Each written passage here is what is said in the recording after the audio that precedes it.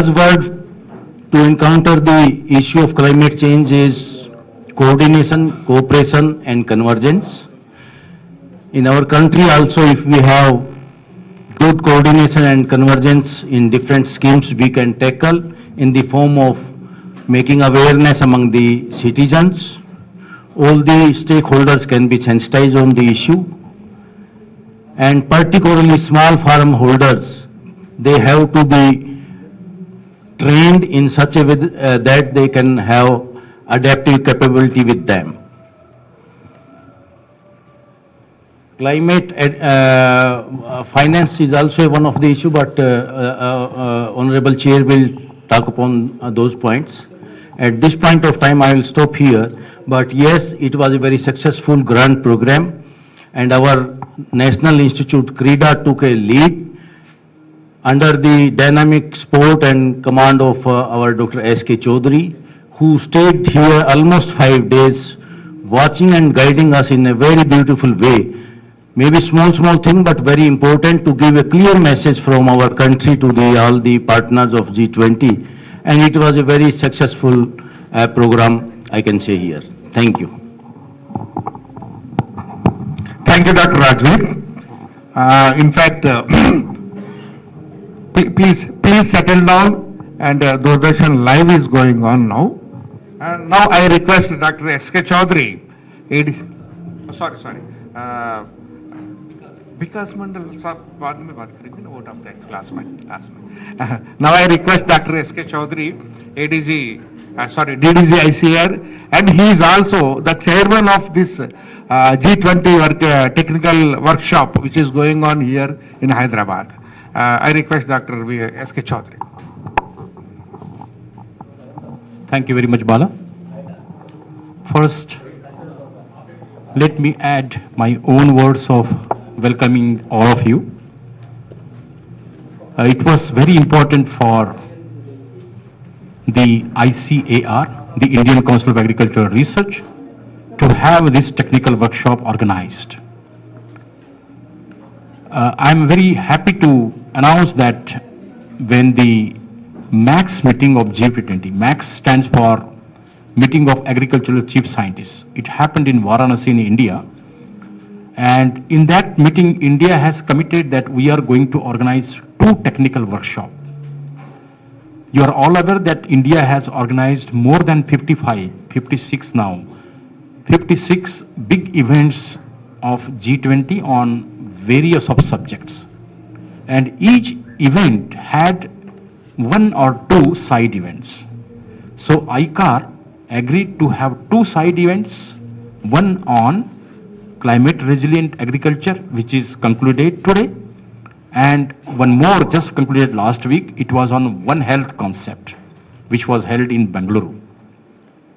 This workshop is very important because climate resilient agriculture is a subject being discussed, deliberated on almost all the platforms all across the globe, not only in the country.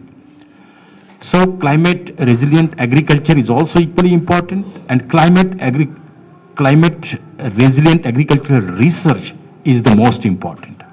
And from that point of view, this event was very, very important, and the opportunity was given to Central Research Institute for Dryland Agriculture, CRIDA, which is located right here in Hyderabad, Hayathnagar, and the farm right here, all of you are here.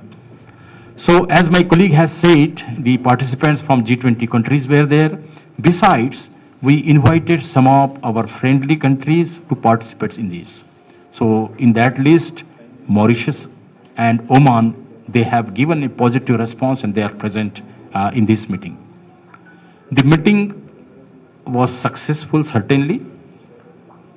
Why we say that it was successful? Because it has led to develop a common understanding amongst the countries which were present.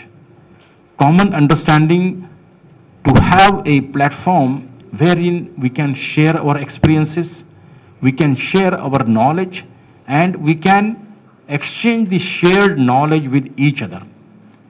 All the countries, they are wonderfully doing in the area of climate change research. But I'm very happy to inform you that India is one of the leading countries across the globe which have invested heavily in climate change research, and also our technology of climate resilient agriculture. Our technologies are very robust, very strong. Amongst all the positive developments, we have large number of varieties of crops which are available for different climatic extremes, whether it is drought, whether it is a rising temperature, whether it is flood, whether it is frost or very long winters, or you name. Even during the cyclones and extreme weather conditions, we have some contingency measures to adopt. India's climate change research started roughly 2 decades back. And based on our experience in the last 2 decades, now we came up with wonderful technology. And also we have a flagship program which rarely any other countries have. And that flagship program is called National Innovations in Climate Resilient Agriculture. That is being led by this institute. And this institute has paved a path and it is showing a way forward to the whole world that how climate change research will help in adaptation and co-benefits towards mitigation. When we talk of gaseous emission, when we talk of enhanced temperatures, when we talk of joint effect of enhanced temperature and enhanced carbon dioxide concentration, then we also should have some technology. Friends, for last 7 years or 10 years, you might have seen that many a times there was rise in temperature, there was shoot up in temperature suddenly. There was untimely rains, there was cyclonic events, there used to be very heavy winds during the maturity periods of the crop. Crop lodging happens. But despite of that, if you see the production data, the production figures are increasing. I mean, the food crop production figures, they are increasing not only in food crops, but horticultural crops as well. And you know, India is now #1 milk producer. So in this climate resilient summit or climate resilient sub-event, we discussed not only crops and agriculture, core agriculture, but we have included the subject of animals, we included the subject of fisheries, aquaculture, poultry. So it was comprehensive discussion on all the aspects which are vulnerable to sensitive to climate change and weather extremes. 3 sessions were devised in such a manner. Session 1 was just of sharing the scientific knowledge each country has, because every country had its own knowledge base for climate resilient agriculture, and they are conducting research of their own area. For India, large diversity is there, but this much diversity may not exist in other countries, but still they have their own stories and knowledge to share. So this was a very long session. First full day we devoted for that. We understood, we listened their concerns. And not only their concern, not only G20, but we invited very important organizations globally which are working in the area of climate research. So they also shared their experiences, and then jointly everybody was benefited. Then we went to the next session where we just strived hard to understand how best we can upskill the technologies which are available. For example, the people in India, our farmers, rural people, they have their own ways of understanding of this climate. It's not first time we are introducing climate change research in this country. So how to take advantage of their traditional knowledge, how to blend that traditional knowledge with the modern tools and techniques and modern knowledge and come up with better technology capsules and enter into a transfer chain or technology transfer chain and disseminate the technology at the highest level. So models of bottom-up approach, models of top-down approach, both with upscaling and downscaling, how best we can help nations to upscale their technology. So this we discussed, and a lot of discussion took place and good recommendations emerged. And then third part, most of the countries, they have some policies for climate change research and to adapt the climate change situation without compromising the agricultural productivity, including livestock and fisheries. So what policies will help?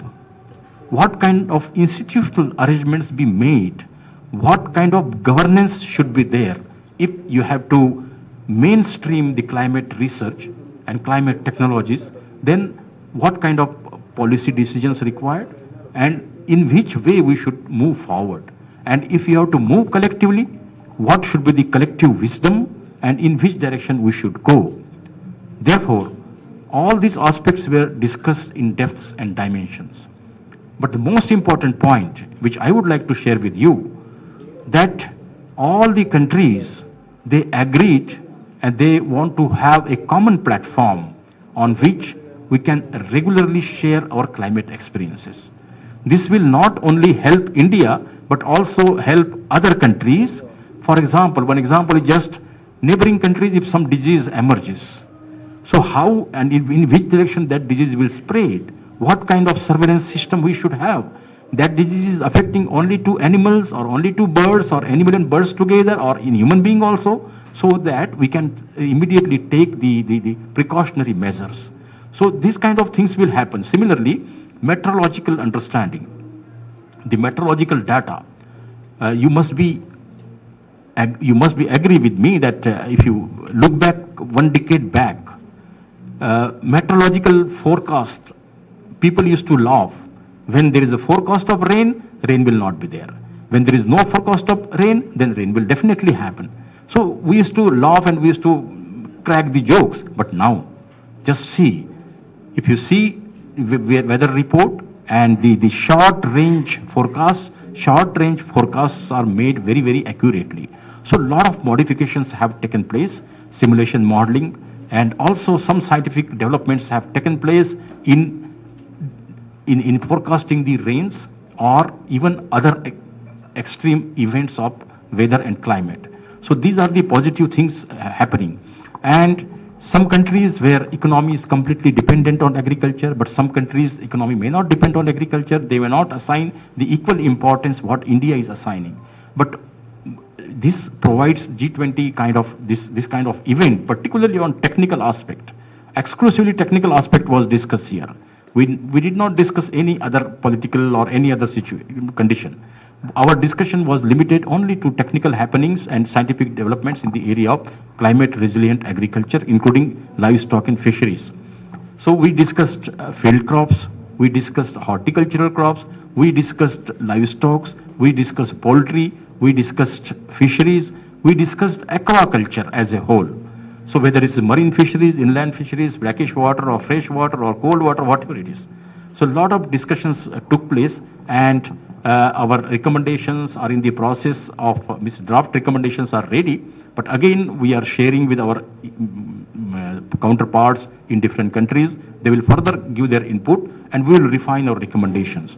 These recommendations we are trying to provide to the main event which is happening in the next week right there in Delhi. So this recommendation will be of great use, and all the countries, all the G20 countries, they will be benefited from this event. But most important aspect for our country is that they came here, we learned, we understood, we exchanged our ideas, we exchanged our scientific knowledge with them, and definitely the knowledge which we have today, that will be very useful to the others, and also they have done some good research that will be useful to us as well. And this will not only pave a path for futuristic kind of research, but also it will help us to refine and redefine our development goals, our development plans, our governmental schemes, and this way, slowly but definitely, we'll be moving forward. So in overall, as a chair, I would say I express a sense of great satisfaction that this technical workshop was a great success. Thank you so much. Thank you, Dr. Chaudhary. Agricultural research plays a pivotal role in agricultural development, where agriculture is the backbone of our nation. And the deliberations and outcomes we had of these 3 days will definitely help not only our nation but other nations as well. Thank you. ఇప్పుడు పాత్రికేయ మిత్రులు ఏమైనా ప్రశ్నలు అడగాలంటే కనుక డిగ్నిటరీస్ని అడగొచ్చు. And please introduce yourself before asking a question. Please pass on the mic. Balu Garu from Deccan. I am Balu Pulipaka from Deccan Chronicle. One of your colleagues had mentioned that there were 8 recommendations. Can you list those 8 recommendations? They are still in draft form, Uh-huh. and we are some negotiations are going on, and some rather correction, not negotiation. Some corrections are required. Once they are corrected, definitely we'll share those. All right, thank you.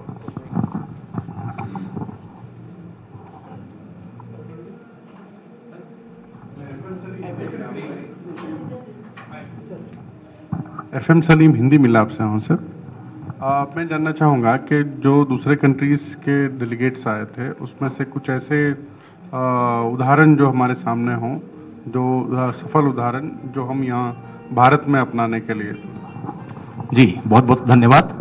बड़ा महत्वपूर्ण मुद्दा है, क्योंकि हमने उनको बुलाया है, उनकी बात सुनी, हमारा ज्ञान तो उनको दे दिया, पर उनसे हमको क्या मिला। तो इसमें ऐसा था, हमारे पास डेलीगेट्स थे अमेरिका से, हमारे पास डेलीगेट्स थे कनाडा से, हमारे पास और भी डेलीगेट्स थे इंडोनेशिया, जापान, वो भी इस क्षेत्र में काम कर रहे हैं। उनके पास में जो सिमुलेशन मॉडलिंग होती है, इसमें क्लाइमेट चेंज के क्षेत्र में सिमुलेशन मॉडलिंग में वो हमसे उनकी जानकारी बेहतर है, तो उनके उस ज्ञान का हमको इस्तेमाल होगा आगे भी। और ये जो G20 के माध्यम से जो हमने चर्चा कर ली, तो उनको पता चल गया कि हम इस एरिया में हमको मदद की जरूरत है, और हमको पता चल गया कि वो हमको इस एरिया में मदद कर सकते हैं। तो अब हमारे जो बायलैटरल MOUs होंगे और हमारे जो वर्क प्लान फाइनलाइज होंगे इंटरनेशनल रिलेशन के, वो अब हम उस दिशा में लेके जाएंगे। तो ये एक बड़ा हमको फायदा एक हुआ है। दूसरा, कुछ ऐसे सेक्टर्स है जैसे पहाड़ी क्षेत्रों में हम लोग जो क्लाइमेट चेंज का रिसर्च करते हैं वो बड़ा लिमिटेड सा है, लेकिन वहां पे जैसे कनाडा के जो यहाँ पे आए हुए हैं, उन्होंने हमको बताया कि जो वुडी क्रॉप्स, हार्डी क्रॉप्स है, पेरेनियल वुडी क्रॉप्स, उसमें किस तरह से रिसर्च की जाती है। तो वो एक नई चीज हमारे लिए थी, हमारी अंडरस्टैंडिंग उतनी बढ़िया नहीं थी उस फील्ड में, जो हमको नई अंडरस्टैंडिंग इसकी हुई है।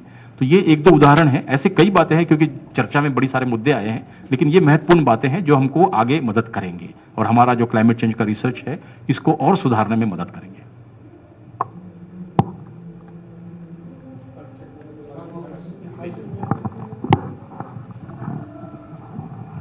Again, for those who can't see me, this is Balu Pulipaka from Deccan Chronicle once again. You had talked about,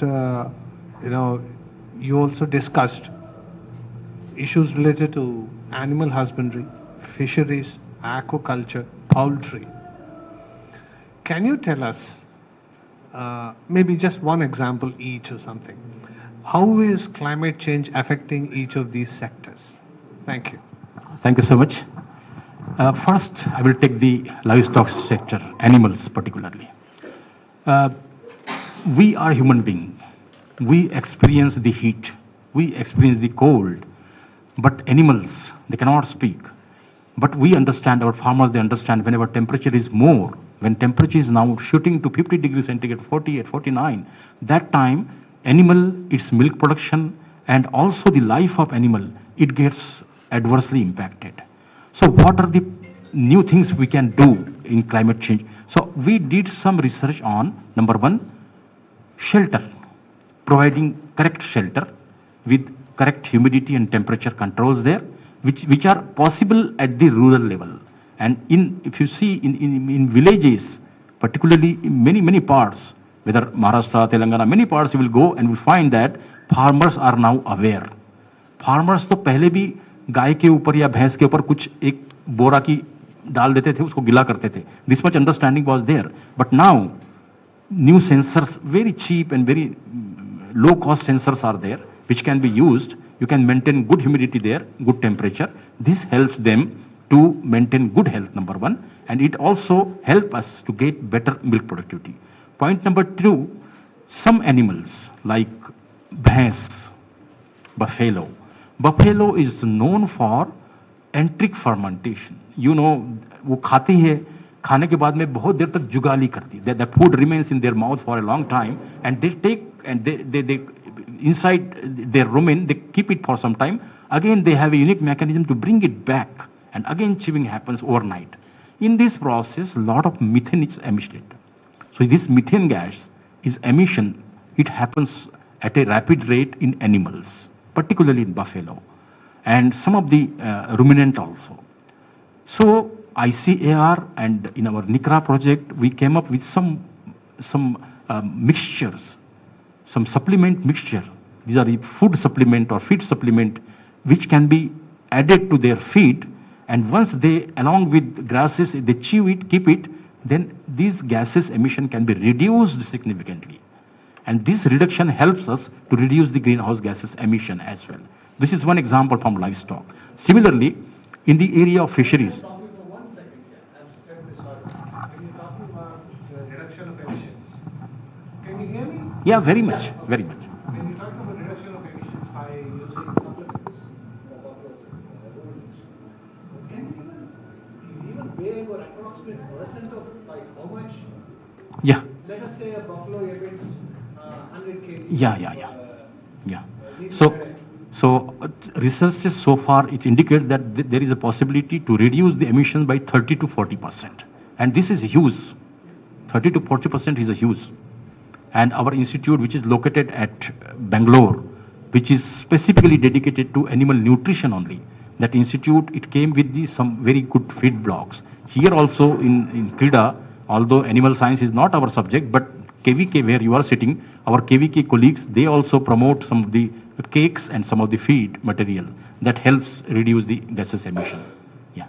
And you are talking about the fisheries sector as well, fisheries and aquaculture. As such, climate change has not only the negative impacts. Climate change in some areas have positive impacts as well, like the yield of, let us say, groundnut, yield of chickpea will not be reduced with enhanced temperature. Rather, there will be 1 to 2% enhancement in yield. Similarly, the fisheries sector, if you talk of marine fisheries, is not going to reduce significantly. Reduction may happen, but otherwise, in some of the fish species, there would be some gain because of temperature, particularly in marine fisheries. But some of the freshwater aquaculture or brackish water aquaculture, the water quality may deteriorate, and that because of deterioration in water quality, we expect some reduction in brackish water aquaculture and brackish water fisheries.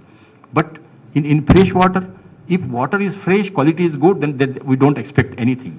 But otherwise, if quality of water is damaged or impacted, definitely it will have negative impact on fish species. Similarly, cold water fishes, particularly in Himalayan region or hilly region in Himachal Pradesh or Uttarakhand, in this region, cold water fisheries very much practiced. There also, because of rise in temperature, if the water temperature rises a little, it impacts little bit adversely on the cold water fisheries. Thank you, friends. Thank you, Dr. Chaudhary. Just but I'm very thankful. On the day one, you people were there. Our Minister Sushri Shobha Karandalaji was there, and you raised very good question, and you have given very broad coverage. And I'm very happy that we got very good support from the government of Telangana and also press and media. The day one newspaper cuttings and newspaper coverage was wonderful, and I really expect the same in future also. So much, and thankful to you, and thankful to Bala for organizing this, and thankful to Press Information. Thank you. Thank you very much, sir. Now I request Dr. Vikash Mandal, EDC ICAR, to present his vote of thanks. Thank you, Chair, and also, I could see some of your journalist colleagues were also present in the first day news conference, and just before telling a vote of thanks, I would like to also inform you, and that because I am responsible in international relations in the council in the headquarters, so so far Ministry of Agriculture has organized 6 G20 meetings. And this week and previous week we have organized 2 meetings, and this is the last one before the Leaders Summit meeting, which is going to happen in Delhi in this weekend. And many times it is asked that what we get out of G20 meeting. A very common questions. I can just give you a feel of it that.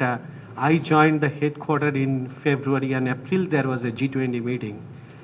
And because I deal with the international relation, I could see that there is an upsurge of, demand of a relation with India, India's cooperation with various countries. It has increased at a significant level. Every day we are experiencing the Krishi Bhavan, one or the other ambassadors from the different embassies coming to us and asking that we need, cooperation in the area of agriculture, research and education with India. That is one big outcome. And the other, the specific outcome, people have talked about the millet. That is the buzzword of today's. And in the first meeting which we had in Banaras in April, that is called MAX meeting, chief scientists, meeting of chief agriculture scientists meeting. There one, consensus, or it is a general understanding and support from all the G20 countries has come that India proposed initiatives of international research initiatives on millet, and that we refer as Maharishi. And that Maharishi initiative is going to happen in Hyderabad, in the Indian Institute of Millet Research. So that is one very specific outcome of the G20 meeting. And in addition to that, we have,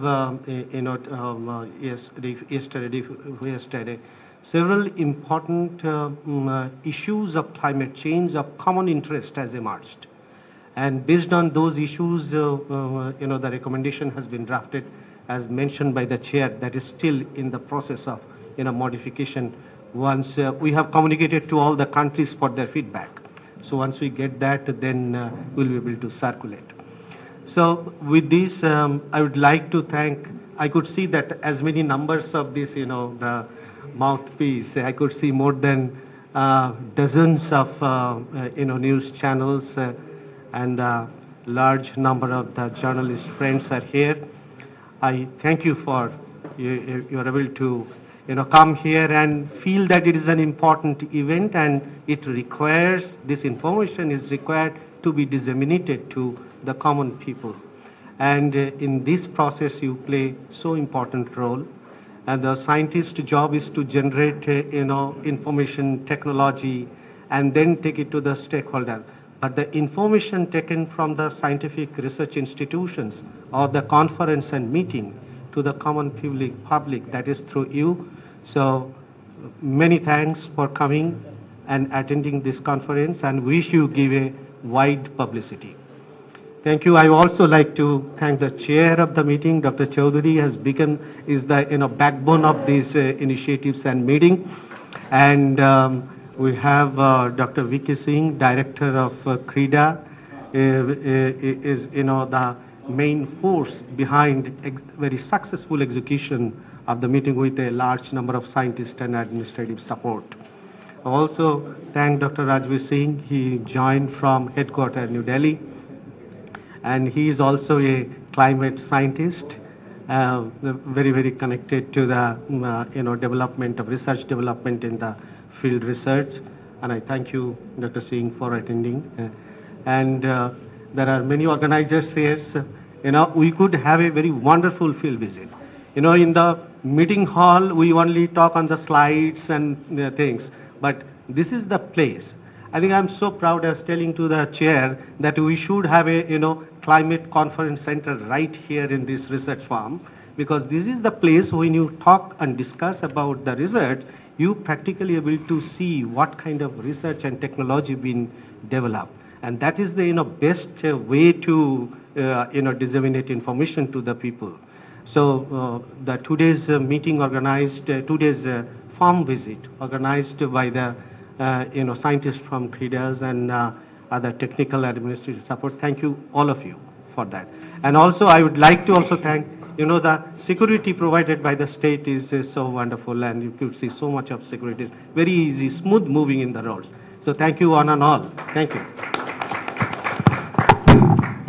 Thank you, Dr. Vikash Mandal. Now I request